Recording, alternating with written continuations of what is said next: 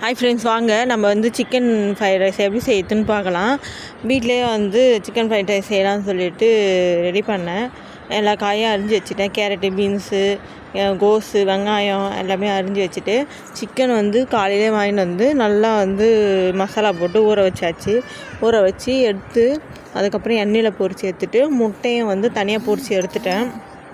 அப்புறம் கொஞ்சம் பெரிய வானலாம் வச்சுட்டு அதில் வந்து எண்ணெய் ஊற்றி இஞ்சி பூண்டு பேஸ்ட்டு போட்டு வெங்காயம் எல்லாம் போட்டு நல்லா வதக்கிட்டு மீதி அரிஞ்ச காய் எல்லாத்தையும் போட்டு வதக்கிட்டு காய் வதக்கிறதுக்கோசரம் உப்பு போட்டேன்.